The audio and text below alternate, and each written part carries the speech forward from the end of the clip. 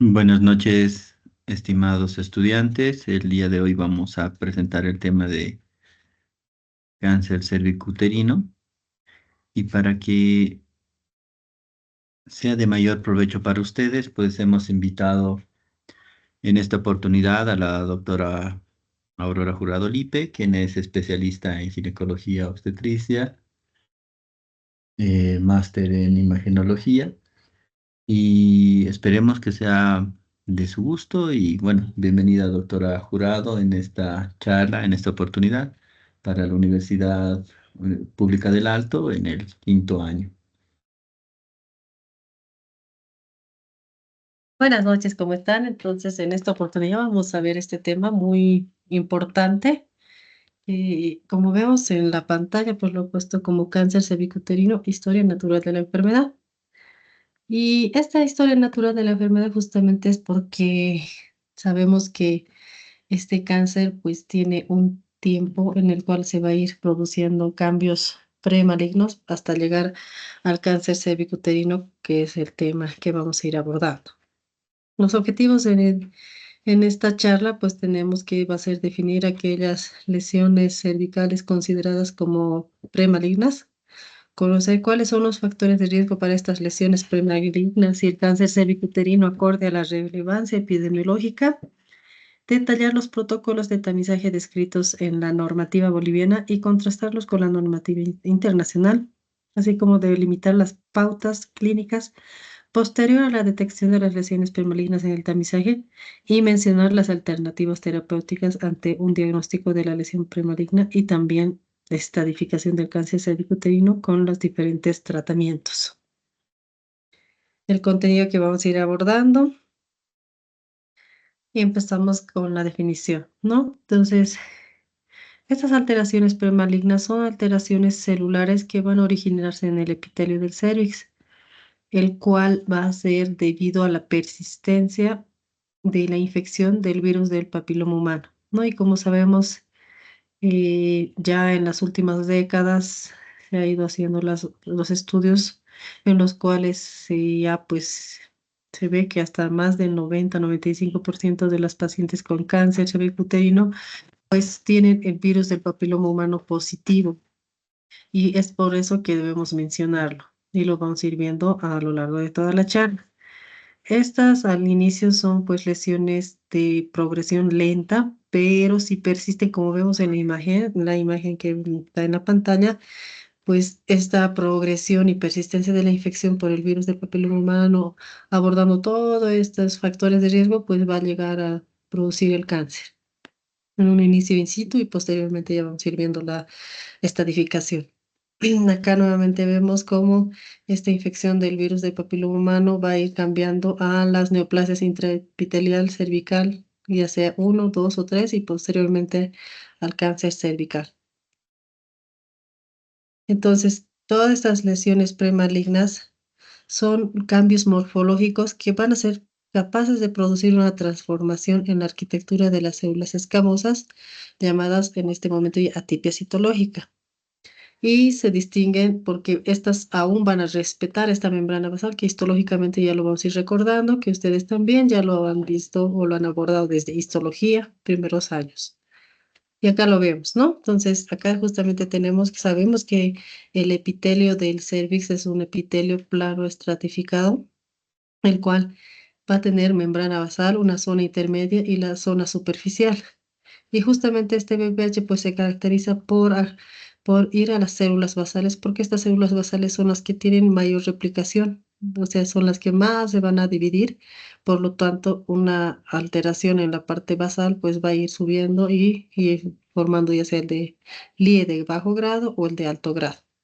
Y finalmente, si esta membrana que lo vemos como la parte rosada, que es la membrana basal, es traspasada, pues ya va a ser el carcinoma invasor. Antes de esas, el carcinoma in situ. En cuanto a la epidemiología, pues vemos como en esta imagen que no es es de las últimas que han publicado a nivel de la Organización Mundial de la Salud. Sin embargo, lo que tenemos que destacar es pues que Bolivia, como vemos en la imagen, al igual que países de África, pues se encuentra entre los países con mayor incidencia, con mayor a 28.000. casos por cada año. Y esto es, bueno, es la preocupación por la cual se va tomando estos temas. Esto es a nivel mundial, ¿no? Y es el segundo cáncer más frecuente a nivel mundial, el cáncer femenino, pero a nivel de Bolivia es el primer cáncer. También vemos que es una prioridad de salud pública porque, como dijimos, el VPH, el virus del papiloma humano, es el productor de este cáncer y se ha visto que en la edad de 20 a 30 años, hasta 90% de las pacientes son positivas y la OMS dice hasta 95% tienen el virus del papiloma humano, que vamos a ir viendo también que hay tipos oncogénicos y de baja o de alto riesgo. Más o menos 291 millones de mujeres con VPH positivo en el mundo. En eso también está Bolivia y la prevalencia, como vemos, va a ir aumentando, pero sobre todo lo que nos interesa es en América Latina, que podríamos decir que tiene un riesgo medio, pero aún así es alto para el país.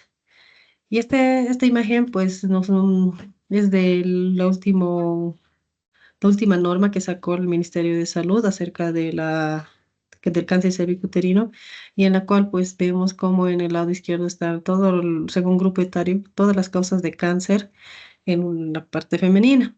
Y simplemente, miren, en la menor a 19 años y mayor a 70 años, pues sí cambia o deja de ser primer causa de cáncer. En cambio, desde los 20 hasta los 70 años, el cáncer de cuello uterino es la primera causa de mortalidad. E incluso, pues, nos llama la atención que una paciente una paciente adolescente tenga cáncer cervicuterino. Se ha visto 21 casos. Entonces, eso nos hace llamar la atención en decir que este es un problema de salud pública, es un problema grande y debemos abordarlo, ¿no? Entonces, la incidencia va a ir aumentando. Según la bibliografía, pues podemos ver diferentes datos, pero este sí es nacional, ¿no? Y es el que nos va a interesar. Es por eso que también el screening o cribado se lo realiza hasta los 70 años, porque es como que en el momento que deja de ser primer lugar, pero aún así pues quizás estas pacientes son las pacientes que no se han realizado el screening previamente. Entre los factores de riesgo vamos a tener bastantes, ¿no? Y hay literaturas. Sin embargo, este es uno de los últimos estudios en los cuales nos indican que pacientes nosotros podemos tener atención en que sí, esta paciente va a desarrollar cáncer cervicuterino porque tiene estos factores. Y sabemos que en la parte ginecológica o en una paciente femenina, lo primero que vamos a preguntar siempre van a ser los antecedentes ginecobstétricos, y entre esos están justamente estos antecedentes que son factores de riesgo. Mayor a 7 embarazos, ¿no? Una multípara tiene un riesgo de hasta 4 veces mayor de que se produzca cáncer cervicuterino de una nulípara. El inicio de la vida sexual activa antes de los 16 años, acá está como 16 años, sin embargo a nivel mundial que casi siempre lo tomamos como 18 años. Si este es antes de esa edad, pues tiene hasta 3 veces más la posibilidad de tener cáncer cervicuterino. El uso de anticonceptivos orales, esto sobre todo cuando es mayor a 5 años, tiene hasta 2 veces más el riesgo. El tener más de 4 parejas sexuales tiene 3,6% o 3,6 de O-ratio para tener este cáncer. El nivel socioeconómico bajo, como también lo vemos en diferentes patologías por la falta de acceso, tal vez el desconocimiento de la patología y demás.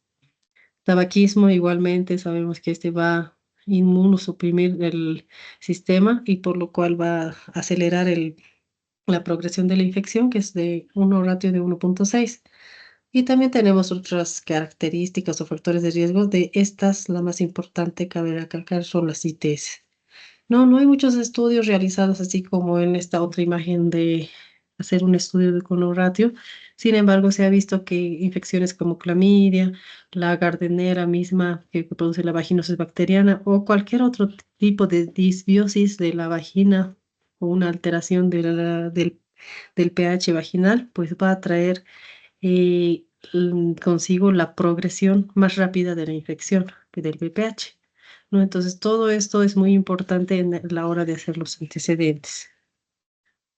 Por lo cual también señalar la infección del VPH es un factor necesario, sí, porque sabemos que este está en la fisiopatología, pero no es suficiente para desarrollar todo eso, ¿no? Entonces, hay dos tipos de cánceres que vamos adelantando, que son las células escamosas, pero también tenemos los adenocarcinomas, que casi los adenocarcinomas no siempre están relacionados con la infección por VPH.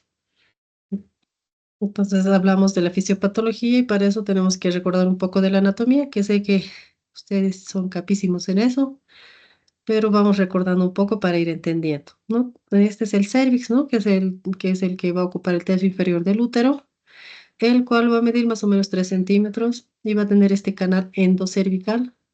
Y tenemos la parte exocervical o ectocervical en algunos casos.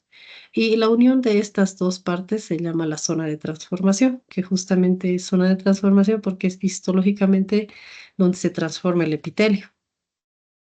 El ectocervix o exocervix, como más lo llamamos, pues va a ser como vemos en la imagen, ¿no? Es una imagen rosada, pálida, en la cual sí podemos ver en la parte, en las líneas azul o celeste, la diferencia entre la coloración de la parte del exocervix con el endocervix, que es un poquito más rojizo, podríamos decir, ¿no? Entonces, en la colposcopía o en una citología normal, que es el Papá Nicolau, es justamente esta zona la que tenemos que nosotros identificar.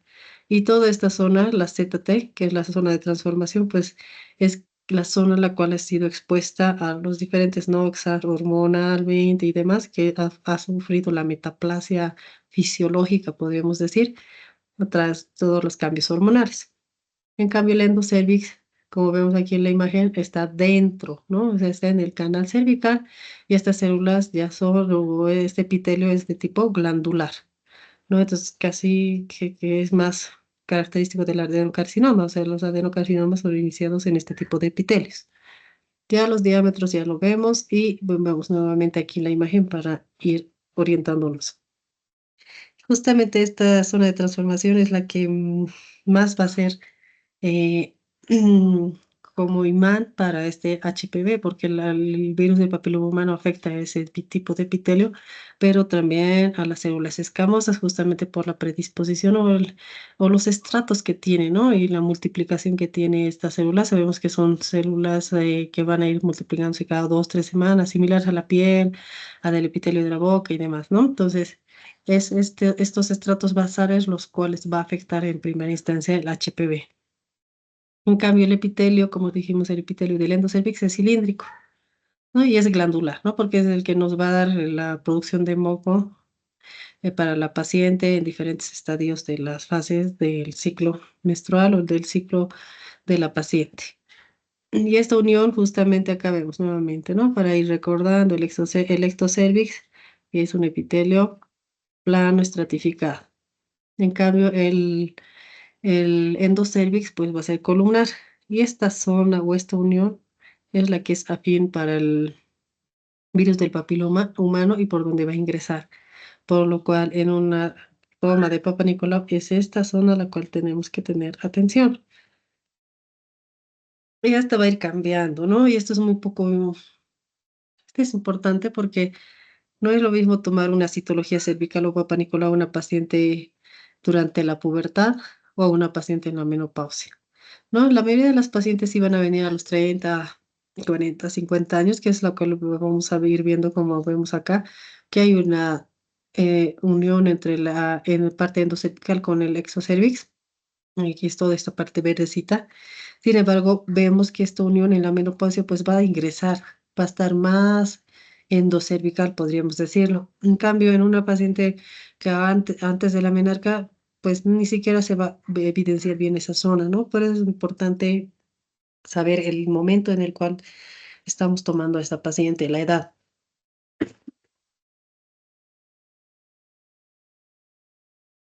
Y acá nuevamente ese cambio, ¿no? La zona de transformación, que se encuentra entre la unión escamocelular antigua, que es la que vemos con líneas punteadas, y la unión escamocelular nueva. Todo esto por los influjos hormonales, los partos y demás, va a ir cambiando y va a ir formando esta zona de metaplasia, que es la zona de transformación, que es la que tenemos que tomar nosotros en el momento de hacer el cribado. Tenemos tres tipos de zona de transformación. Una es la que es visible totalmente, como vemos acá en la primera imagen, y esa es la ZT1.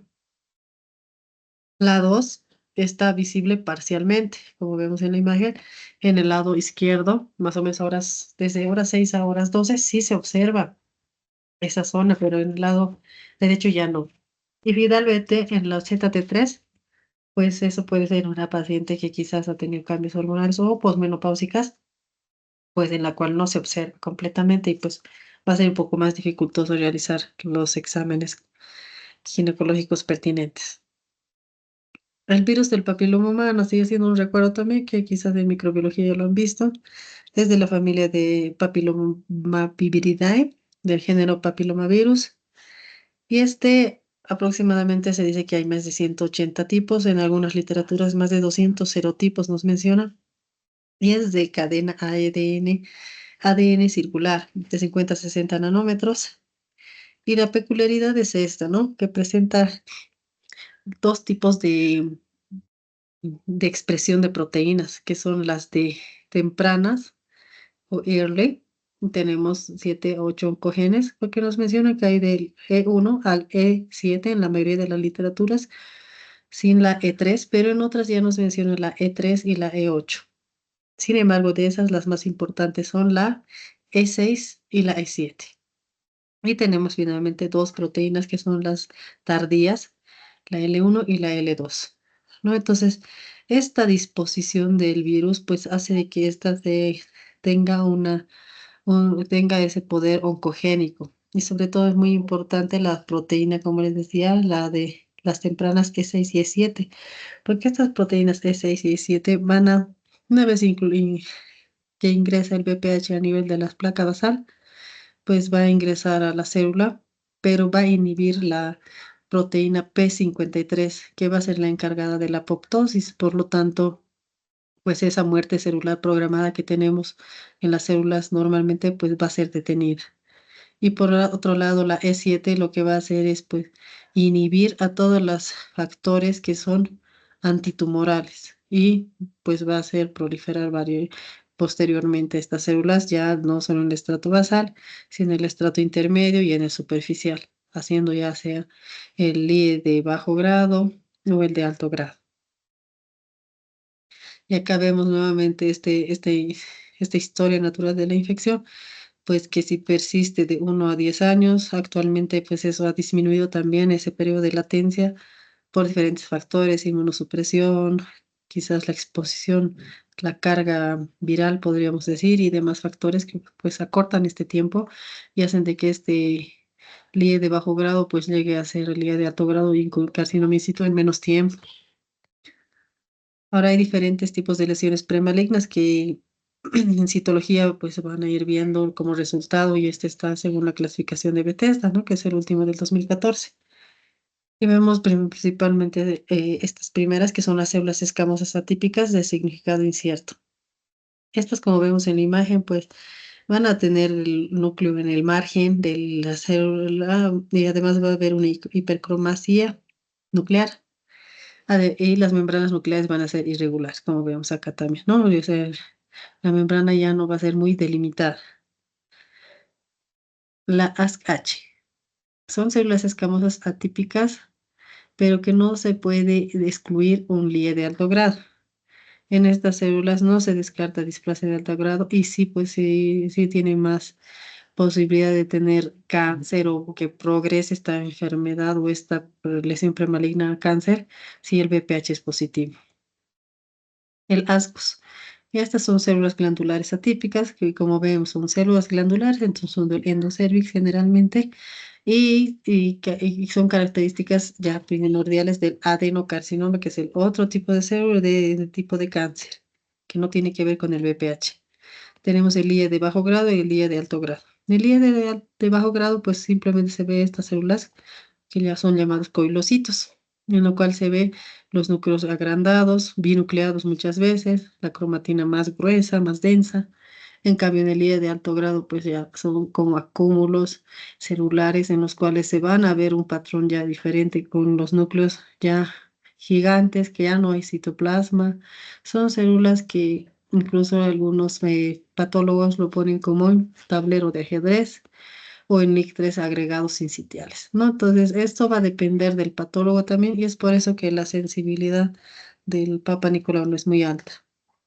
Acá como un resumen de todos los sistemas, pero el más adoptado es el sistema de Bethesda, que es el que se encuentra en la parte superior, que habíamos ya mencionado, el de la OMS y el de NIC. No es que sea otro sistema, sin embargo, este es el resultado del histopatológico, ¿no? Porque las otras nomenclatura del sistema de Bethesda es para la citología o el test de Papa Nicolau que conocemos. A partir de estos resultados, ya sea NIC 1, NIC 2, NIC 3, pues tenemos diferentes tipos de conductas. Puede haber una regresión, es decir, que se vuelva sanada. O sea, un NIC 1 pues tiene un 60% de que sin tratamiento regresione y se ve al próximo año no tenga ningún tipo de lesión, pero tiene ese otro 40% de que llegue a ser NIC 2 y posteriormente a NIC 3. Y ese otro 40% también puede persistir y llegar un 10% a ser NIC 3, ¿no? Entonces, por eso que el único que quizás pues lo podemos tener como pasivo es el NIC 1, pero el NIC 2, NIC 3 pues va a progresar a ser un cáncer cervicuterino si no realizamos algún tratamiento oportunamente. Ahora, en cuanto al diagnóstico, pues sabemos que siempre para nosotros la clínica va a ser primero. Sin embargo, en cáncer cervicuterino, como en la mayoría de los cánceres también ginecológicos, no hay síntomas. Ya cuando hay síntomas, pues quizás ya necesitamos estadificar a este paciente porque ya pues está instaurado un tipo de cáncer o el cáncer, pero en diferentes estadios. Lo que sí tal vez podemos preguntar a la paciente es esto, ¿no? El flujo transvaginal fétido, que se llama ICOR. ICOR fétido es un olor característico en las pacientes que tienen este cáncer cervicuterino, como coloquialmente lo decimos como un olor a carne podrida, pero ese olor es característico.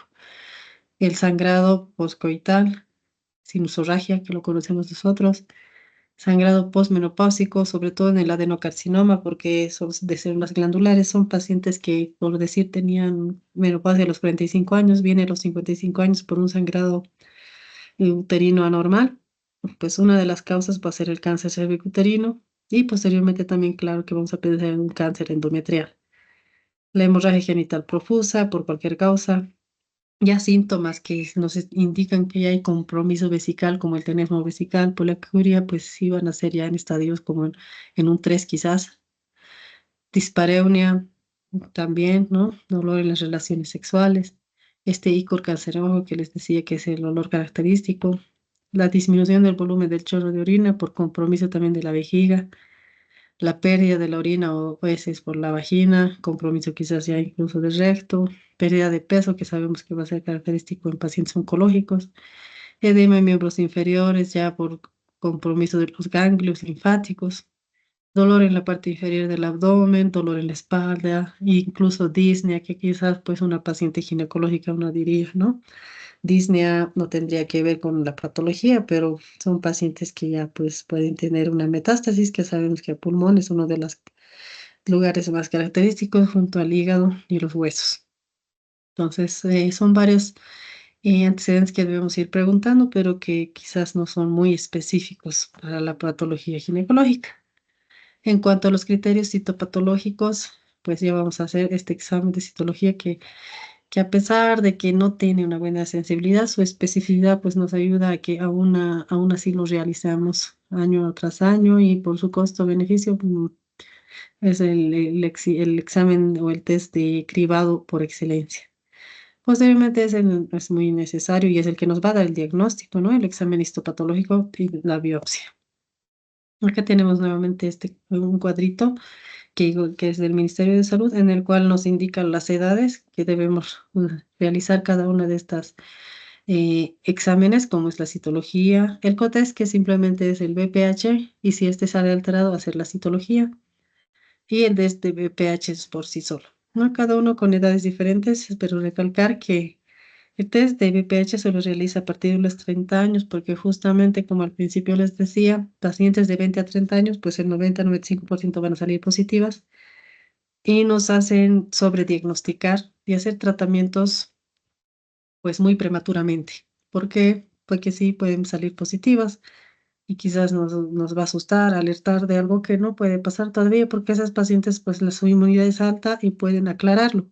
Es decir, depurar el HPV en un año y pues seguir continuamente la vida tranquila, pero a los 30 para adelante es más difícil eliminar este virus del papiloma humano por diferentes factores. Si este saliera negativo, pues en 5 años se hace, ¿no? Pero si saliera positivo, va a depender de la citología y también de la genotipificación, porque no se olviden que a pesar de que haya 200 serotipos, no todos son los que van a producir cáncer. Tenemos por ejemplo, el tipo 6, el tipo 11, que son los que van a producir los condilomas y que no van a producir cáncer de uterino, pero los más importantes son el 16 y el 18.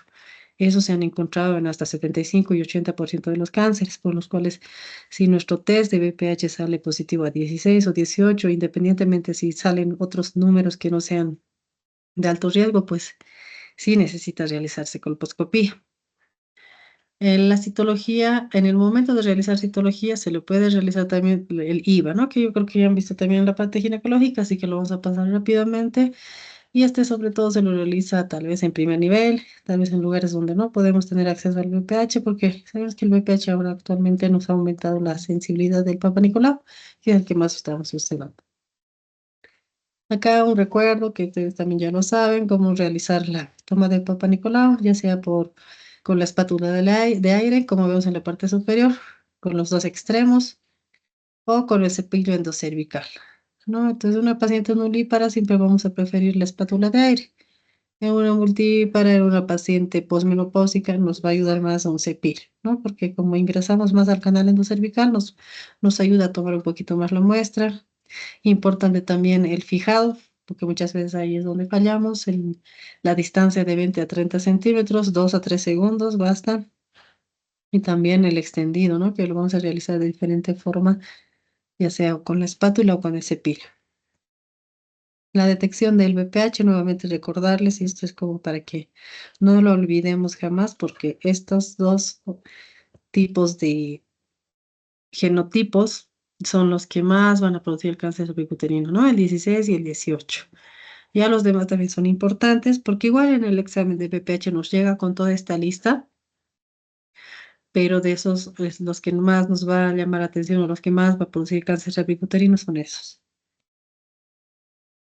Esa es la inspección visual con ácido acético, que como les decía, se puede realizar en consultorio externo, primer nivel, segundo, o con donde se pueda. Lo que nos indica esta prueba de ácido acético es ponerlo durante 1 minuto el ácido acético y las regiones que van a ser acetoblancas, como en esta parte del labio posterior que vemos específicamente, pues estas son las células que van a ser sospechosas de tener cáncer o alguna alteración. Y como no lo tenemos todavía el resultado de Papa Nicolau, pues nos ayuda muchas veces, sobre todo en la parte de provincia, porque se indica que pacientes con prueba de IVA positivo, pues podemos hacer la biopsia en casos extremos sin hacer la colposcopia. Pero esto hay que ir valorando, ¿no? Entonces esta zona blanca pues va a ser la más sospechosa. Para cuando es negativo, es como en esta imagen del centro, que se ve bien sanito, rosadito y no hay ninguna coloración blanquecina.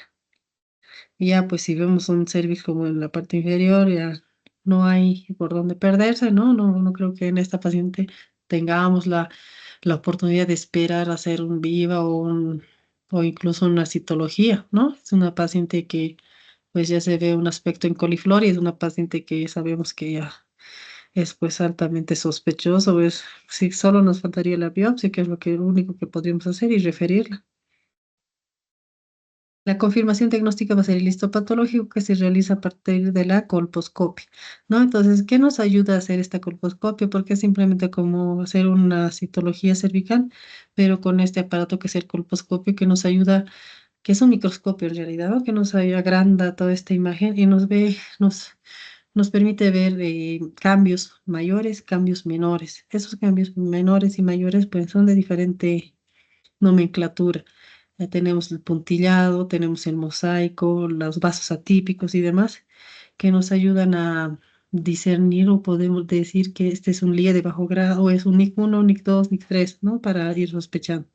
Y acá vemos otra vez esta unión escamocelular, que es lo primero que vamos a detectar, Posteriormente ya podemos agrandar esta imagen y nos permite ver aquí como lesiones o vasos atípicos que vamos a poder incluso en algunas oportunidades cuando vemos cambios de grandes, pues tal vez ya hacer un cono diagnóstico y terapéutico, ¿no? Este es como una biopsia grande, que es el cono, que nos permite quizás en casos muy graves realizar el diagnóstico, pero también ya sería el tipo de tratamiento. Se realiza también no solo el IVA, sino también se realiza el test de Schiller, que es poniendo el yodo, ¿no? Poniendo esta solución de Lugol, y en este es contrario al IVA. Las regiones que no van a ser captadas con yodo, pues se dice que tienen poco glucógeno. Entonces, estas, como tienen poco glucógeno, son las infectadas por el VPH o las sospechosas de ser cáncer y se toma la biopsia de esta área. En este ejemplo, podríamos decir que es de áreas de horas 11 a 12, más o menos, ¿no? La conducta clínica, pues, va a cambiar, va a ser diferente dependiendo de la edad. Una lesión intraepitelial de bajo grado, en la mayoría de los algoritmos de tratamiento, pues indica que tendría que tener un control anual. Pero en el de alto grado, sí va a colposcopía y biopsia. El ASBUS y ASH, pues va a depender, ¿no? Entonces, por ejemplo, el ASBUS es el que podría tener menos posibilidad de ser cáncer, por lo cual se hace una citología al año. En cambio, el ASBUS y el ASH sí o sí se va a biopsia a través de la colposcopia. A los 35 a 69 años, el IA de bajo grado ya no se espera, sí o sí va a colposcopia. Y lo mismo el ASCUS y el AH. De estos, el ASGUS, que son las células glandulares atípicas, quizás podría ser el único que no tendría que depender del BPH. Si el BPH ya sea independientemente si es positivo o negativo, igual se va a colposcopia. En cambio, un ASCUS se va solo a colposcopia si el BPH es positivo. Si es negativo, se puede esperar un año. Ya la conducta también va a depender del tipo de escuela que usemos. Esta es la americana, tenemos también la española, en la cual este tipo de screening se le realiza tamizaje basado en riesgo, se llama, ¿no? Entonces, que nos indica, según la lesión intraepitelial, ya sea de bajo o de alto grado, más el BPH, si pues va a necesitar o no, cuánto de porcentaje de esa lesión puede ir a cáncer, ¿no? Entonces, si es más de 5%, 10, sí o sí se va a colposcopia. Y acá vemos que también tenemos otro tipo de variables estudiadas en diferentes nomenclaturas o escuelas, como esta es la americana, en la cual también incluso han hecho una calculadora en la cual uno ingresa la edad, la situación, si se ha hecho tamizaje anteriormente, si es nueva, primera vez de hacer la tamizaje y demás situaciones específicas como si es una poshisterectomizada, si tiene inmunosupresión y demás, que nos ayuda a calcular este riesgo, ya nos indica que más o menos que las pautas para tomar la conducta. Esta lo podemos encontrar tanto en Google como en App Store, entonces está accesible para todos en caso de que lo necesitemos. La confirmación diagnóstica, por decir nosotros ya lo hemos realizado la biopsia y nos va a llegar cualquiera de este tipo de lesiones, ya sea una neoplasia intraepitelial de grado 1, grado 2 o grado 3, los NICs, ¿no? Los NICs no debemos confundir con los LIE de bajo grado y del LIE de alto grado. El IE de bajo grado y el IE de alto grado, pues son citológicos, diagnósticos citológicos. En cambio, las NICs son histopatológicos. O incluso, pues ya nos puede llegar con adenocarcinoma in situ, células o carcinoma de células escamosas in situ y de todos los tipos que podemos tenerlo, que acá lo vemos. Los más prevalentes son el carcinoma de células escamosas y el adenocarcinoma. Acá vemos nuevamente, como les decía, las células escamosas se presentan en su 75%, adenocarcinoma en 15%, y el resto como el carcinoma adenoescamoso en 10%, y los otros menos del 5%. Y es por eso que hacemos hincapié en el VPH, porque son las que van a ir a atacar o a infectar las células escamosas, que son las más prevalentes en los cánceres. Una vez que ya tengamos este resultado de histopatología, pues tenemos que estadificar. Y la estadificación pues va a ser a través de la resonancia magnética. Su sensibilidad es de hasta un 100% y la especificidad de hasta un 91%. Lo que nos permite ver pues es la localización del tumor, como vemos en esta imagen, en la cual podemos ver que este tumor pues está abarcando todo el útero, incluso comprimiendo parte del recto, vejiga, y nos permite ver también si puede ir al tercio inferior de la vagina o, o solo abarca el tercio superior y ver incluso los ganglios, ¿no? Entonces, posterior a eso, vamos a hacer el manejo de las lesiones premalignas, que es lo que quisiéramos, ¿no? O sea, es detectar a la paciente en unas etapas tempranas o en una etapa pre-maligna, o sea, antes del cáncer. Para eso tenemos dos tipos de tratamiento, los ablativos y los excisionales. Entre los ablativos tenemos la termocoagulación, la crioterapia y la ablación con láser. Y los excisionales tenemos la excisión con asa, LIP, la conización y la histerectomía. Los métodos ablativos llevan este nombre porque son la destrucción selectiva de tejidos anormal que puede convertirse en cáncer cervical en etapas tempranas, ya sea aplicando calor, frío o sustancias químicas directamente sobre las células anormales. Tenemos criterios de elegibilidad. No se pueden realizar estos tratamientos, este tipo de tratamiento a todas las pacientes. Tenemos que tener esa ZT tipo 1 que habíamos visto ya en un inicio, que es una zona de transformación que se ve toda su extensión, ¿no? Los 360 grados. La lesión no debe superar los 75% del exocervix o el ectocervix y la zona de transformación tendría que ser la sondita más grande que esta. O sea, tiene que abarcar toda esa zona que aparentemente para nosotros está afectada. Y tiene que haber ausencia de malignidad, de sospecha de malignidad, o sea, un adenocarcinoma o un carcinoma de células escamosas. No podemos tratarlo con esto. Y no tiene que estar la paciente embarazada. Entonces, la crioterapia es con este tipo de sonda, el cual no se ve mucho acá el tipo de sonda, pero existen diferentes boquillas con diferentes milímetros, el cual nos va a permitir que a través de la utilización de óxido nitroso o dióxido de carbono, pues se produzca como una termocoagulación de esto, del BPH o de todas las celulitas que están pues afectadas. La eficacia es hasta del 92% y se hace controlcitos a los 6 y 12 meses. En cambio, la termocoagulación pues es con el aumento de la temperatura. En cambio, la crioterapia es por la disminución de la temperatura. Tienen la misma, más o menos las mismas indicaciones. Y la sonda de esta calienta hasta 100 grados centígrados y se debe hacer más o menos 45 segundos. La ablación con láser, pues tal vez no lo tenemos muy disponible en todos los lugares, quizás en los privados, pero necesitamos saberlo también. Se hace con un láser de dióxido de carbono con una potencia de 600 a 1200 vatios.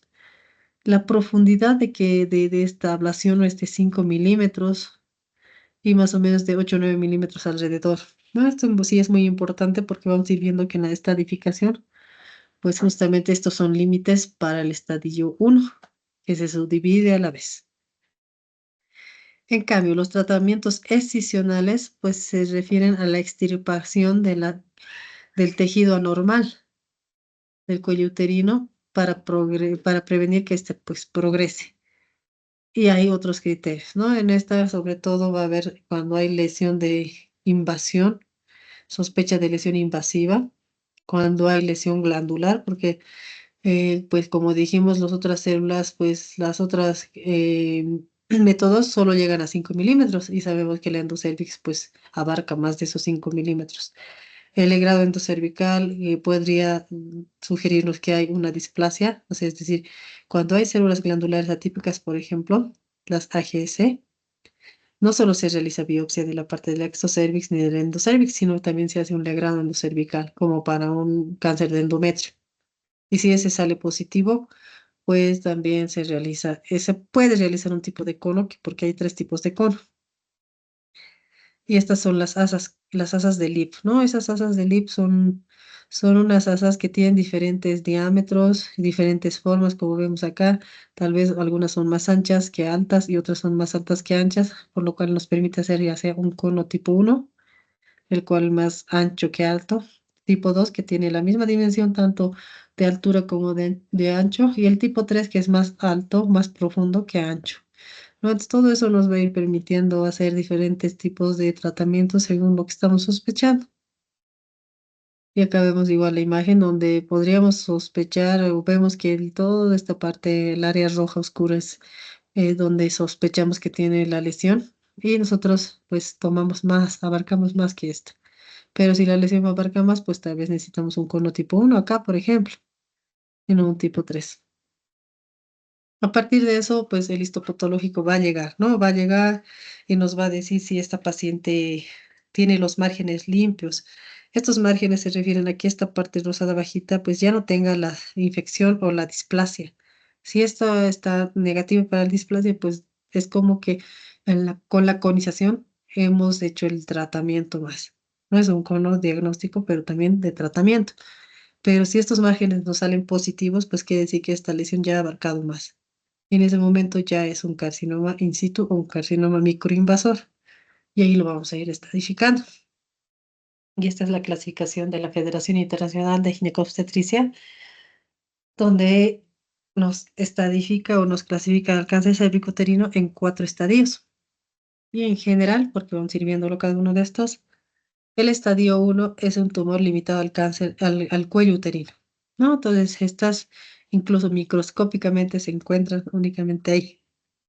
El estadio 2, el tumor está extendido fuera del cuello uterino y está invadiendo los tejidos adyacentes. ¿Y cuáles son esos tejidos? Pues principalmente la vagina. El estadio 3 es un tumor que invade la parte inferior de la vagina, el tercio inferior, y compromete además la parte pélvica, porque sabemos que el útero y todos los órganos del reproductores se encuentran en esta cavidad pélvica.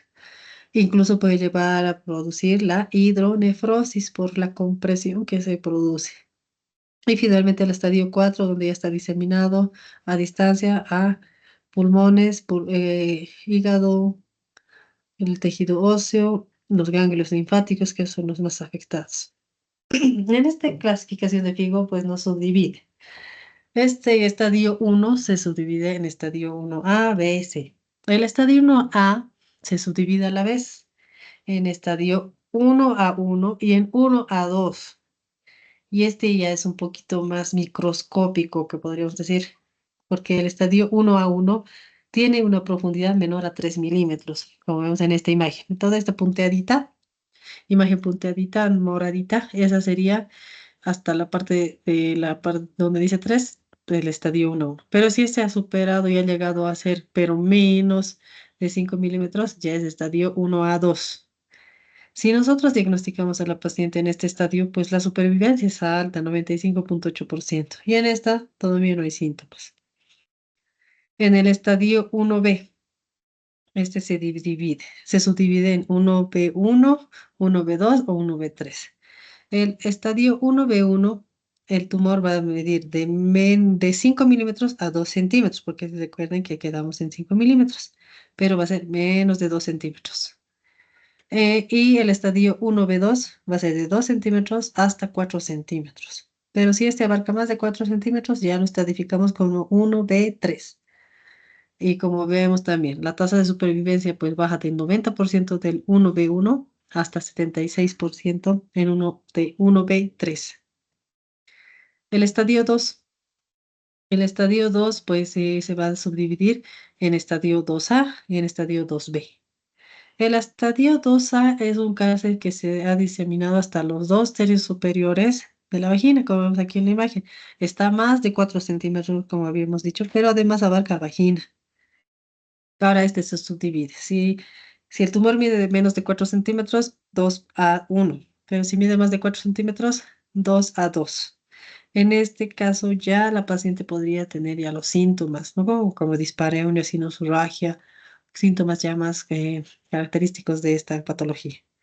En cambio del 2B, ya el cáncer no está solo en nivel de la vagina, sino también está en el tejido que rodea el útero, ¿no? Los parametrios, ¿no? Esto sobre todo se ve al examen bimanual en el cual, pues no solo como en el estadio 2A podemos palpar un cervix pétreo, que decimos característico, un cervix duro, sangrante, sino en los anexos al revisar, al hacer el examen bimanual, pues están ocupados. Y la supervivencia baja a 63,9%. En el estadio 3 la supervivencia global pues baja hasta 41% y como vemos en la imagen en el estadio 2 de 3A, pues ya el tercio inferior de la vagina está afectado. En el estadio 2B el cáncer se ha diseminado a la parte pélvica, a todos los no solo a los parámetros, sino también al peritoneo visceral, parietal. Y en el estadio 3C ya hay diseminación a ganglios linfáticos, ¿no? Entonces ya hay compresión de los ganglios linfáticos a nivel de los cercanos a la aorta, puede ser también los linfáticos ya lumbares y demás. Y en el estadio 4, ya este se subdivide en 4A y 4B.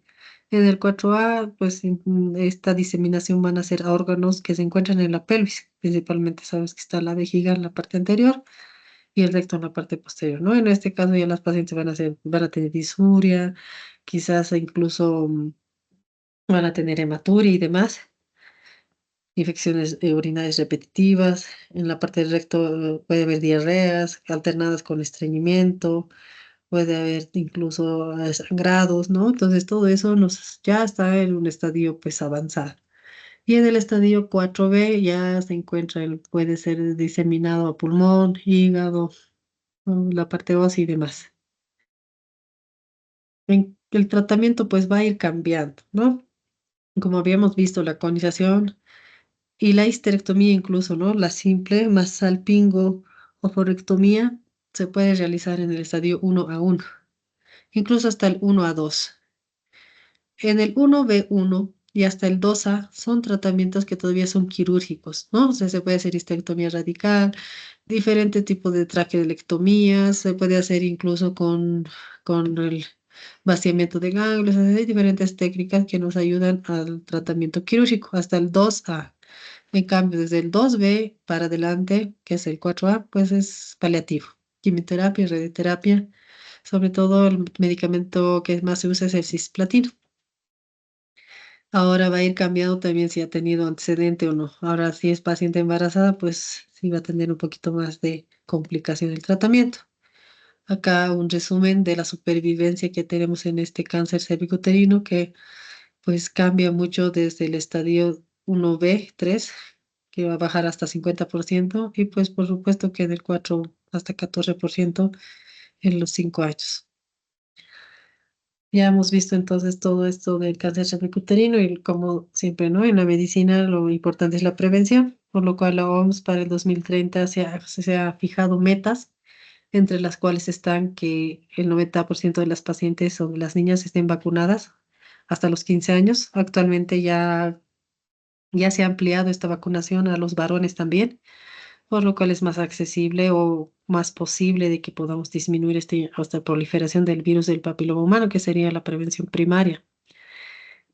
La otra meta es de que 70% de las mujeres examinadas pues se los realicen la citología cervical antes de los 35 años y después pues a los 45 años sus nuevos controles, dependiendo si es positivo y como todos los algoritmos que habíamos visto.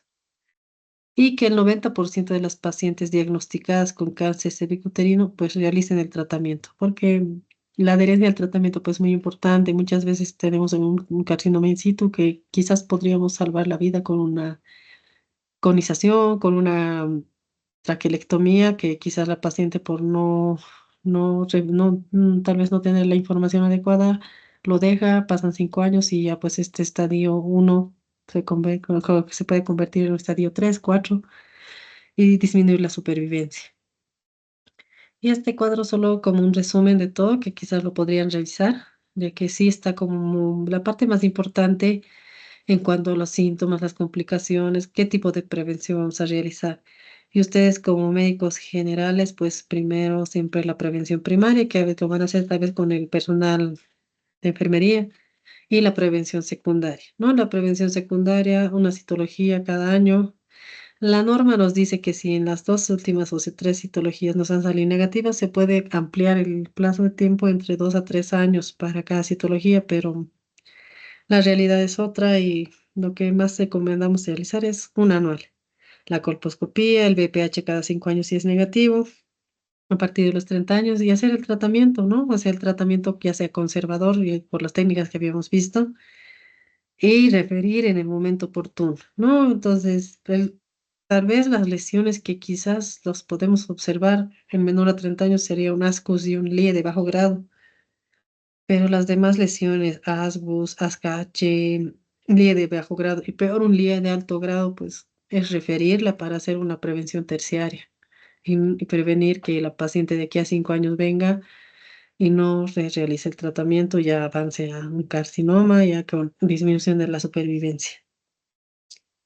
Entre las conclusiones, pues sabemos que las lesiones premalignas de cervix representan un problema de salud pública que requiere nuestro absoluto conocimiento para una detección oportuna. Debemos conocer las diferentes clasificaciones al momento de interpretar un reporte de citología cérvico-vaginal. Es de vital importancia utilizar nuevas técnicas, herramientas que simplifican nuestra conducta clínica entre el diagnóstico de una lesión premaligna. También individualizar a cada paciente y decidir acorde a su riesgo la conducta clínica adecuada. Se están estudiando varios tratamientos complementarios que pueden disminuir la recidiva de las lesiones premalignas. Sin embargo, como dijimos, la prevención es el principal pilar para prevenir este tipo de cáncer. Gracias por su atención. Bueno, gracias, doctora, más bien a usted por la charla. En conclusiones, doctora, para un personal de salud en la etapa de formación y obviamente que van a ejercer como médicos generales en el área, ¿cuál sería la recomendación desde su punto de vista profesional en el área de gineco? Bueno, una paciente femenina, ¿no? En cualquier paciente femenina siempre indagar los antecedentes ginecobstétricos porque vimos que hay factores de riesgo que nos van a aumentar la probabilidad de que la paciente tenga una progresión más rápida de este tipo de cáncer. Y como siempre, ¿no? Este cáncer es un cáncer que se puede detectar en etapas premalignas, o sea, antes de que se produzca el cáncer como tal. Y el cribado a través de la citología cervical que se debe realizar en todos los niveles de atención, pero más sobre todo en primer nivel de atención, donde quizás pues van a estar trabajando todos los futuros colegas que actualmente nos están escuchando, ¿no? Entonces, a todas las pacientes en edad fértil ofrecerle esta citología cervical. Muchas veces hay pacientes de 50, 60 años que nunca se han realizado porque refieren que no tienen que no tienen pareja actualmente, pero este virus de papiloma humano puede estar 10 años en el cervix latente y recién producir estas alteraciones citológicas a partir de este tiempo. ¿No? Entonces, las que más tienen riesgo también están las pacientes que nunca se han realizado citología, ir viendo tal vez la parte de la promoción, ¿no? Porque son ustedes que quizás el próximo año ya van a estar en servicio rural obligatorio, realizar las charlas educativas, buscar a las pacientes de diferentes formas para ayudar y contribuir, ¿no? Con la detección oportuna de este cáncer. Bueno, sí, sin duda va a ser bueno, es una meta creo que para todos los que trabajamos en el área de la salud. Y bueno, la prevención es muy importante, ¿no? Y el nivel socioeconómico, cultural, que a veces nos limita bastante, más en área rural y en personas cuando tienen un limitado nivel académico, que no entienden este tipo de aspectos, ¿no? Y obviamente las parejas sexuales también, porque en alguna vez, como anécdota, en algún momento, pues hemos visto que son las parejas, ¿no? De los esposos o los maridos que no quieren que este tipo de procedimientos se realicen en sus parejas, ¿no? Y creo que hoy es un tema cultural que sin duda va a ser difícil salir, pero que como usted menciona, doctora, pues va a depender mucho de la promoción y la forma de aproximación que tengamos con nuestra paciente y la confianza que realmente logremos obtener, ¿no? Exactamente, doctor, porque justamente a pesar de que la andría o el número de parejas sexuales sea pues un factor de riesgo, También no hay forma de involucrarnos en el comportamiento de la pareja, ¿no? Entonces, muchas veces sí tenemos pacientes con número de parejas sexuales uno o dos, pero los antecedentes de esa pareja tampoco lo podemos indagar. Y ahí es donde hay más propagación del HPV, ¿no? Mm. Bueno, Entonces, hay muchos factores que hay que ir viendo, pero pues llevarse el mensaje de hacer el cribado, ¿no? El cribado, la promoción y pues esperemos que en los próximos años, a partir de la vacunación del VPH, pues se vaya disminuyendo esta incidencia del cáncer cervicuterino. bueno, muchas gracias, doctora, por la charla, que realmente yo creo que va a ser muy provechosa para los estudiantes. Y bueno, agradecerle. Y si hubiese posibilidad de que nos acompañe en la otra charla y dispone de tiempo, pues sería un gusto tener. Eh, Muchas gracias a ustedes. Buenas noches. bueno, buenas noches, doctora.